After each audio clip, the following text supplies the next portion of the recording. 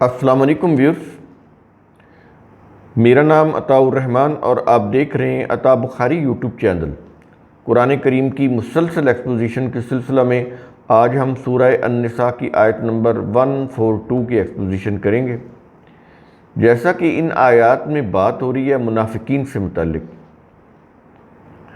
آج کا یہ جو ہمارا لیکچر ہے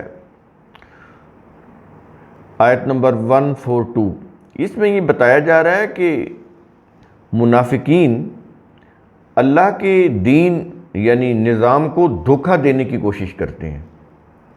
وہ ہر وقت اس کوشش میں ہوتے ہیں کہ اللہ کو دھوکہ دیا جائے۔ اللہ کو دھوکہ دینے سے مراد ہے اس کے دین یا اس کے نظام کو یا اس کے نظام کو قائم کرنے والے جو لوگ ہیں، جو اس کو ایگزیکیوٹ کرتے ہیں، اس نظام کو، اس کو دھوکہ دیا جائے، ان کو دھوکہ دیا جائے۔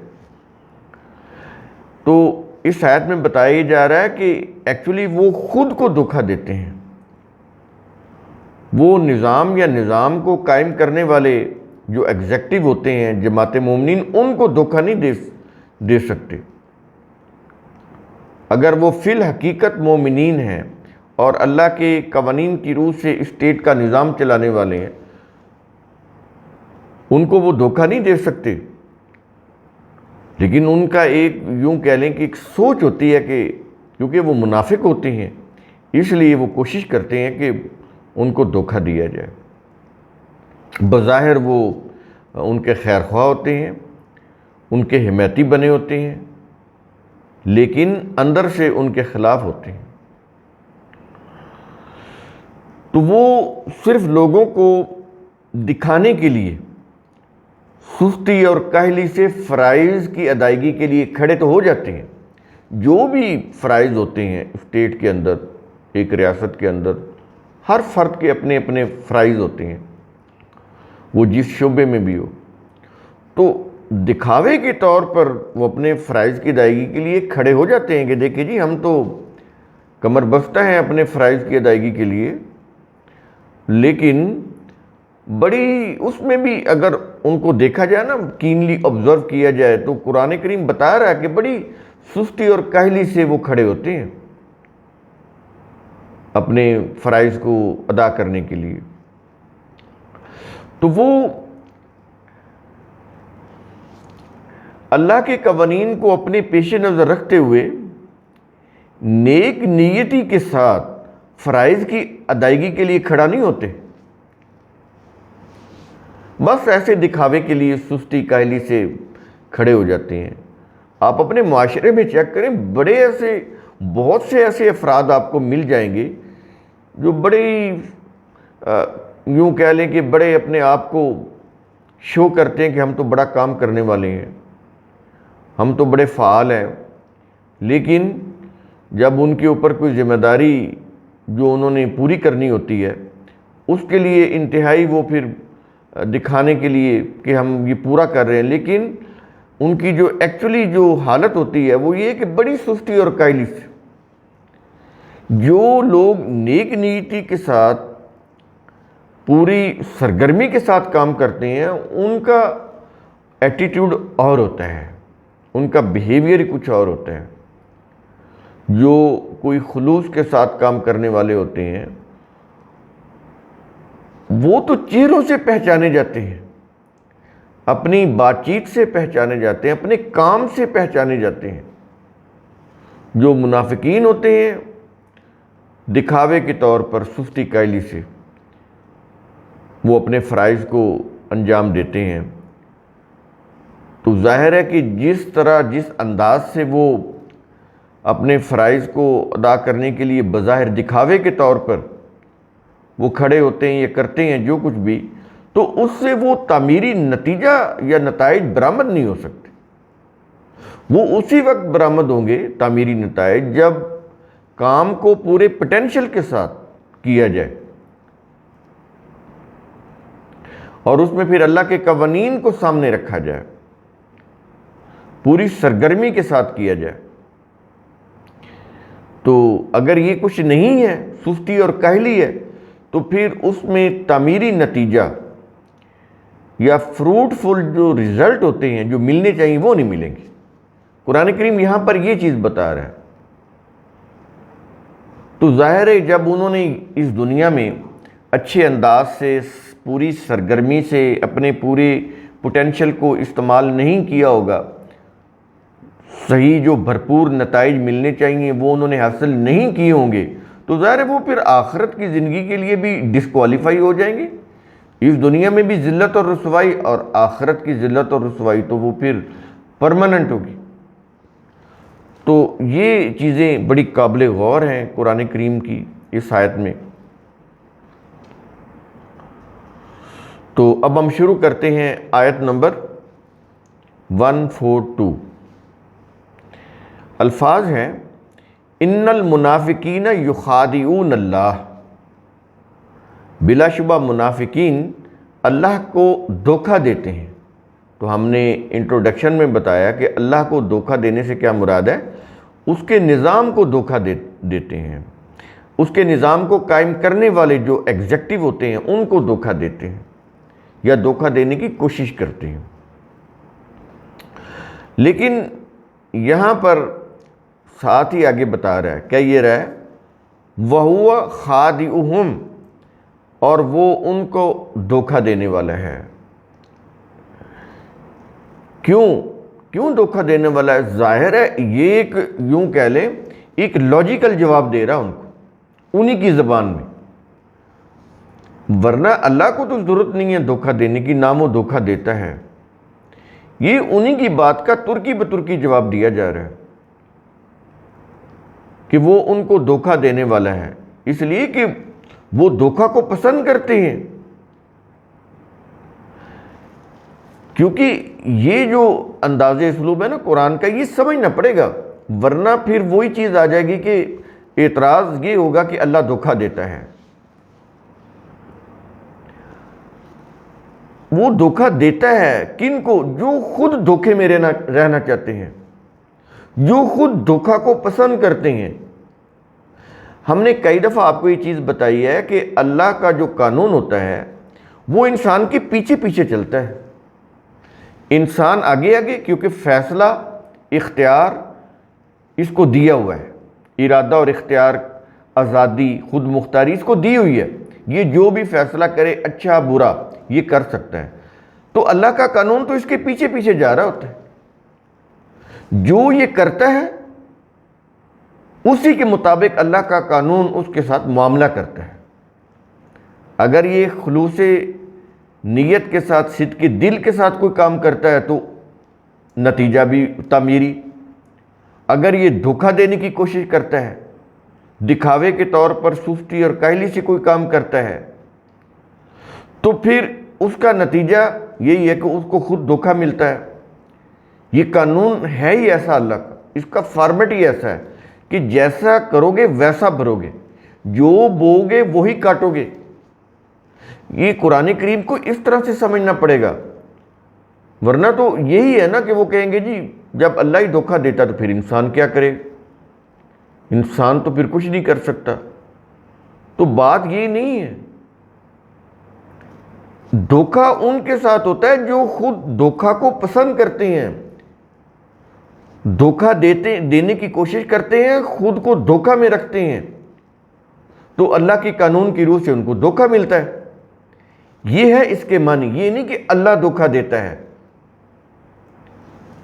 یہ بڑی قابل غور ہے یہ انٹرپریٹیشن اس طرح کی، کیونکہ جو ریلیجیس ٹرانسلیشن ہے اس سے بڑی کنفیوژن ہوتی ہے۔ وہ کنفیوژن اس لیے ہوتی ہے کہ وہ لفظی میننگ کیے ہوتے ہیں اور بات سمجھ میں نہیں آتی، اس طرح پھر اللہ کے اوپر الزام عائد ہوتا ہے۔ اور آگے ان کی تفصیل بتا رہا ہے، کہتا ہے کہ وَإِذَا قَامُوا إِلَى الصَّلَاةِ، اور جب وہ صلاۃ کی طرف کھڑے ہوتے ہیں۔ صلاۃ کا مطلب تو لفظی معنی پیچھے پیچھے چلنا ہوتا ہے۔ قرآن کی اصطلاح میں صلاۃ فرائض زندگی کی ادائیگی ہوتی ہے۔ جو شخص جس شعبے میں بھی ہو، اس کے ذمہ جو بھی فرائض ہیں جو اس نے ادا کرنے ہیں، وہ سارے کے سارے صلاۃ میں آ جاتے ہیں۔ تو جب وہ اپنے فرائض کی ادائیگی کے لیے کھڑے ہوتے ہیں، ظاہر فرائض بیٹھ کے تو نہیں ہے، یہ بھی ایک محاورہ ہے، جیسے ہم کہتے ہیں کہ وہ اس کام کے لیے اٹھ کھڑا ہوا، حالانکہ وہ بیٹھا ہوتا ہے، لیکن محاورے میں بولا جاتا ہے کہ وہ اٹھ کھڑا ہوا۔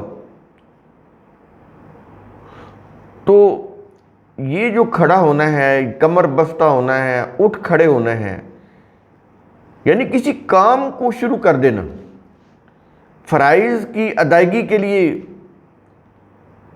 کھڑے ہو جانا، یعنی اس کو ادا کرنا شروع کر دینا، یہ ہوتے ہیں اس کے معنی۔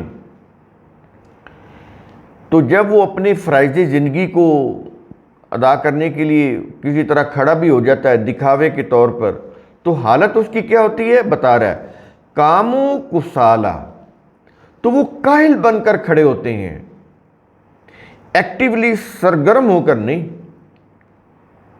پورے زیل اینڈ زسٹ، جوش اور جذبہ کے ساتھ نہیں، بڑے مریل سے، جیسے ان کے اوپر بڑی کوئی مصیبت ٹوٹ پڑی ہے، بڑا احسان جتا کر وہ کام کریں گے کہ پتہ نہیں ہم کتنا بڑا کام کرنے لگے ہیں، اس طرح کی حالت ہوتی ہے، یہ منافقین کی یہ حالت ہوتی ہے۔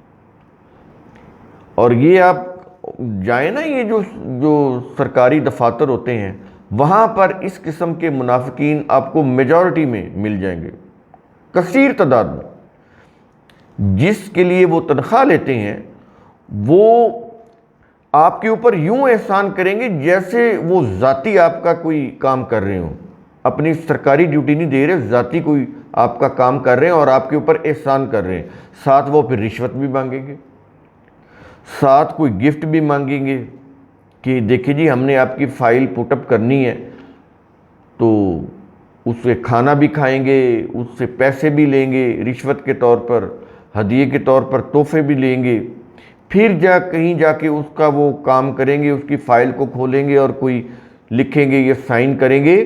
یہ حالت ہوتی ہے یہ منافقین کی، یہ ان کی ڈیوٹی تھی نا کہ وہ یہ کام کرتے، لیکن نہیں، بڑی سستی کے ساتھ آہستہ آہستہ وہ فائل کا فیتہ کھولیں گے اس کو اوپن کرنے کے لیے، پھر کچھ سگریٹ جلائیں گے، پھر کوئی فون سنیں گے۔ تو جو کام کروانے والا جس کا کام ہے وہ بیٹھا ہے، اس کا منہ دیکھ رہا ہے، اور اس کی وہ یہ چیزیں ختم نہیں ہو رہی، یہ نخرے ختم نہیں ہو رہے، کبھی وہ اس کام میں لگ جائیں گے، کبھی کسی اور کام میں، کبھی اٹھ کر چلے جائیں گے، اب میٹنگ ہو رہی ہے، اب کھانے کا وقفہ ہو گیا ہے، اب وہ باہر سے کسی نے بلا لیا ہے، کوئی اخبار پڑھنے لگ جائیں گے، کسی سے گپ شپ کرنے لگ جائیں گے، کام نہیں کریں گے وہ، یا کوئی وہ بہانہ بنا لیں گے، بڑی تکلیف ہے، اس طرح سے ہے، کام نہیں ہو پا رہا، یہ بہانے۔ تو یہ جو چیزیں ہیں، یہ ساری، یہ جتنے بھی شعبے ہیں، آپ کو اس طرح کے لوگ مل جائیں گے۔ قرآن کریم ان جیسے سب لوگوں کی بات کر رہا ہے، یہ وہ ریچولز کی بات نہیں ہو رہی، یہ ورشپ کی یہاں پہ بات نہیں ہو رہی، فرائض کی بات ہو رہی ہے۔ اس چیز کو سمجھیں آپ، جب تک یہ نہیں سمجھیں گے معاشرے کے لوگوں کی اصلاح نہیں ہو سکتی۔ تو کہتا ہے کہ وہ کسالہ کے لفظ ہیں، یہ اسی سے تساہل ہے، سستی ہے۔ تو یہ لفظ ہم بولتے ہیں، یہ حالانکہ یہ عربی کا لفظ ہے، لیکن اردو میں ظاہر ہے بہت سارے الفاظ عربی کے بھی ہیں۔ تو وہ کاہل بن کر کام کرتے ہیں۔ اور آگے ان کی ایک اور کیفیت یہ بتا رہا ہے، یراؤن الناس، وہ لوگوں کو دکھاتے ہیں، کرتے تو بہت کام ہے، یہ کرتے ہی نہیں ہے، لیکن دکھاوے کے طور پر، دیکھیں جی ہم کام نہیں کر رہے، ہم دکھاتے ہیں لوگوں کو، لیکن کرتے کچھ نہیں، دکھاوا ہوتا ہے، کام نہیں ہوتا، یہ حالت ہوتی۔ تو دکھاوے کے طور پر اگر کوئی کام ہو رہا ہے تھوڑا بہت، تو کیا وہ نتیجہ پیدا کرے گا؟